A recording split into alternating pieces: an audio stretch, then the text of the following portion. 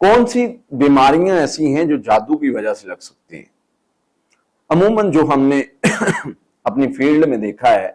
ویسے تو حدیث میں آتا ہے نبی صلی اللہ علیہ وسلم میں شیطان تمہارے جسم میں ایسے گردش کرتا ہے جیسے خون گردش کرتا ہے،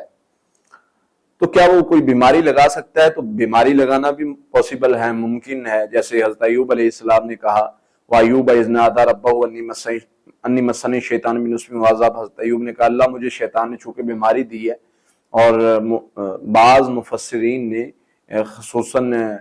ابن کثیر اس کا نام بھی لے کے آئے اس شیطان کا جس نے حضرت ایوب علیہ السلام کو چھوا اور بیماری لگائی، تو اس سے پتہ چلتا ہے کہ شیطانی اثر کی وجہ سے اور جادو کی وجہ سے بیماری بن سکتی ہے۔ سیدہ عائشہ کی حدیث میں ملتی ہے جو وہ بیمار ہوئیں اور بعد میں پتہ چلا کہ یہ تو جادو کی وجہ سے بیماری کا بننا تھا، تو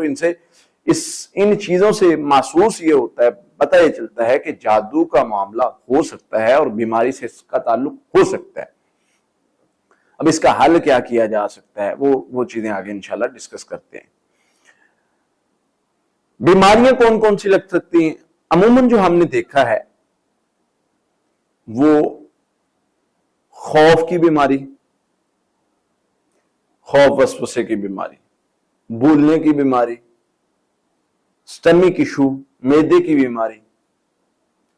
اور اس کے ساتھ ساتھ دماغی پرابلمز، جو 3-4 بیماریاں عموماً لگتی ہیں، نفسیاتی مسائل، خوف وسوسے کا مسئلہ، بھولنے کی بیماری اور معدے کا مسئلہ، یہ جادو جنات کے مریضوں کے ساتھ عموماً ہم نے دیکھا ہے کہ ایسا ہوتا ہے۔ اب اس مسئلے میں اس کے حل کے حوالے سے ہمیں کیا پڑھائی کرنی چاہیے؟ ان بیماریوں میں سے کوئی بھی مسئلہ ہو اس کے لیے سورہ فاتحہ ہے، سورۃ البقرہ کی آخری 2 آیات ہیں، آخری 3 کل ہیں۔ سورہ فاتحہ 21 مرتبہ، سورہ بقرہ کی آخری 2 آیات 11 مرتبہ، آخری 3 کل 11 مرتبہ،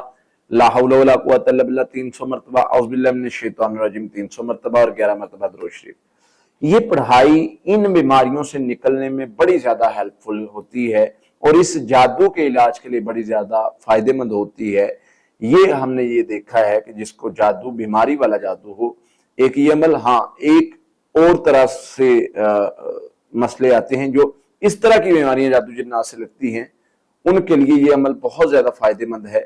اگر وہ نفسیاتی کسی بیماری کا شکار ہے، معدے کی بیماری کا شکار ہے، خوف کا شکار ہے، وسوسے کا شکار ہے، بولنے کا مسئلہ ہے، تو یہ پڑھائی کرے گا تو انشاءاللہ اللہ کی رحمت سے اس کا مسئلہ حل ہو جائے گا۔ ساتھ میں ہمارا جو چینل پہ رقیہ دم ہے وہ 3 بار صبح 3 بار شام سننا ہے،